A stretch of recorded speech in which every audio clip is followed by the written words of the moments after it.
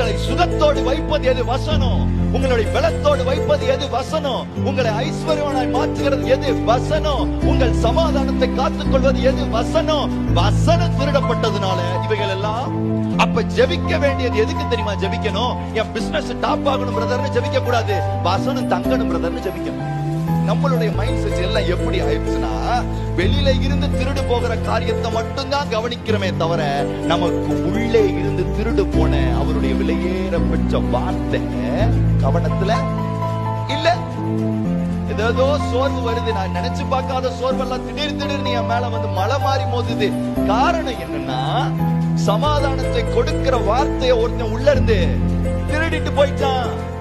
ஒரு வசனத்தை கர்த்தர் உங்க இருதயத்துல கொடுத்துச்சாருன்னா, ஒரு வாக்கு தத்தத்தை கர்த்தர் உங்க இருதயத்துல வச்சுச்சாருன்னா, அடுத்து உங்களுடைய பெரிய பொறுப்பு என்ன தெரியுமா? அந்த லேண்ட காப்பாத்துறது.